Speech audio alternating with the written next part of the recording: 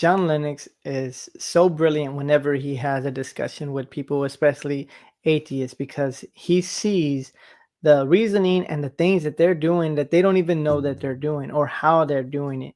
And I would like to suggest, Richard, that somewhere down in this you're making a category mistake because you're confusing mechanism with agency. So let's check out a few of these clips and I'll give some commentary on the back end. In a debate between Richard Dawkins and John Lennox, Dawkins says something that's kind of interesting, and I don't think that that's the reason you go to science, but let's check it out. I wanted to know why we're all here. What is the meaning of life? Why does the universe exist? Why does life exist? That's what drew me to science. So Dawkins says that he went to science because he wanted to find out what is the purpose, meaning, and why life exists. The sad thing is that science would never be able to answer these questions. Science is good at answering how something works, but not why it works. Science will never be able to explain how life emerged and life first started because we can't go back and observe this. The scientific method uses a lot of observation. If you go back and watch the Magic School Bus, and you can get a lesson on how the scientific method works. But science can explain how life grew and continued, the laws that govern the world, but they can't explain why we are here. What is our purpose? Whether it is good and moral to do A or B. Meaning and purpose come from interpretations. They come from philosophy, from religious beliefs, from our values. But why does the universe exist? Why do we have consciousness are things that are beyond the scope of empirical data and scientific tests. If Dawkins was trying to answer these important questions, he went into the wrong discipline. I went to Oxford after having lost my faith for good at the age of about 15 or 16. That was because I discovered Darwinism. I recognized that there was no good reason to believe in any kind of supernatural creator. And my final vestige, last vestige of religious faith disappeared when I finally understood the Darwinian explanation for life. Many people say that because of Darwin, they became atheists, or they believe a natural cause versus a supernatural cause, God, of why we exist. But Darwin doesn't actually talk about how we came into being. He doesn't even explain why we exist. He just talks about how things have changed over time, but not how they actually got started. So Dawkins, like many atheists, makes some really big leaps from his understanding, from where he was to the implications of what he believes, because science doesn't explain these things. I work now in the University of Oxford as a mathematician and as a philosopher of science. In the book, The God Delusion, Richard, you say that religion teaches us that it is a virtue to be satisfied with not understanding. Well, whatever other religion this may apply to, it certainly did not apply to the Christianity my parents taught me from the Bible.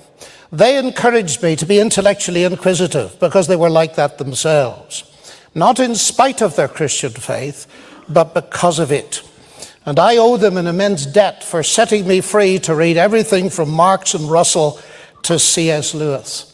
You suggest that religion builds a firewall in the mind against scientific truth. Well, that might be tragically the case with some religions, but it's not so with biblical Christianity. I love that he talks about the idea that his parents allowed him to read of all the different types of literature out there, and he was able to still come to the conclusion that Jesus is God, that he really existed, and he's the Lord of our lives, and Christianity is true. It's not by putting our brains to the side that we're able to embrace Christianity. It's because he was able to think and reason and understand and do his own research that Christianity is, in fact, true. Science uses evidence to discover the truth about the universe.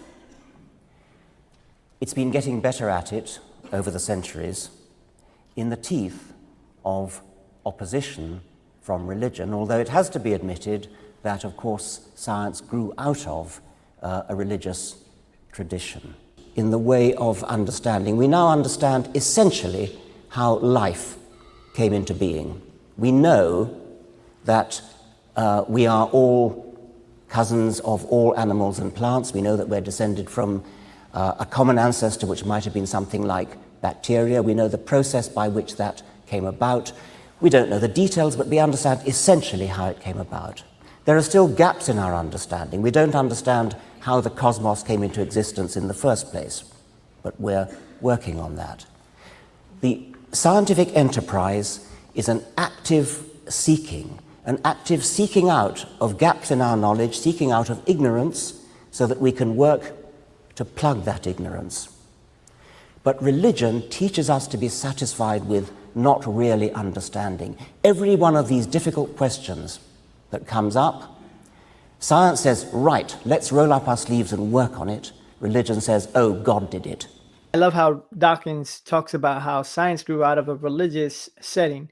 And it is true that many Christians, they say, God did it, we don't need to know anymore. But many Christians who started the science enterprise said, God did it, therefore I can know how he did it. Because God is a God of order and everything is under his control, then we can actually study the universe because there's these laws that are put in place by God that we can learn about. So yes, there are lazy Christians that don't want to know or don't care, but there's many Christians and many of the others that created these amazing discoveries that were Christians that said, let me see how this works. Let me figure out how this works instead of just digging their heads in the sand. So there was a season where many Christians started to abandon most of anything that was not religious. So the sciences and even music and media, Christians started to abandon it because it was so secular and anti-God, as we see Dawkins and many others. But that doesn't mean that because God did it, we don't have to discover why and how he did it. Since he created laws and order in the first place, we have reason to believe that we can discover how it works. If we believe in the randomness and chance and unlikely nature of our universe, then we would most likely throw our hands up and say we can never know because it's all random, it's all by chance.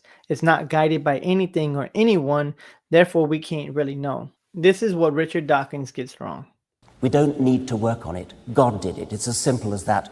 We have no thrusting force pushing us on to try to understand. Religion stultifies the impulse to understand because religion provides a facile, easy, apparent explanation, although as we'll see later in the evening, it isn't really an explanation, and it prevents the further work on the problem. Richard referred to the very important fact that science, modern science as we know it, exploded in the 16th and 17th centuries, and it arose out of a theistic background. And many philosophers of science have studied this and come to the conclusion, that's now called Whitehead's thesis, that human beings became scientific because they expected law in nature, and they expected law in nature because they believed in a lawgiver. I think that is profoundly important because it means, far from religion hindering science, it was the driving force behind the rise of science in the first place. And when Isaac Newton, for example, discovered his law of gravity and wrote down the equations of motion, he didn't say, marvelous, I now understand it, I've got a mechanism, therefore I don't need God. In fact, it was the exact opposite. It was because he understood the complexity and sophistication of the mathematical description of the universe that his praise for God was increased. And I would like to suggest, Richard, that somewhere down in this you're making a category mistake because you're confusing mechanism with agency. We have a mechanism, it does X, Y, and Z, therefore there's no need for an agent. I would suggest that the sophistication of the mechanism, and science rejoices in finding such mechanisms, is evidence for the sheer wonder of the creative genius of God.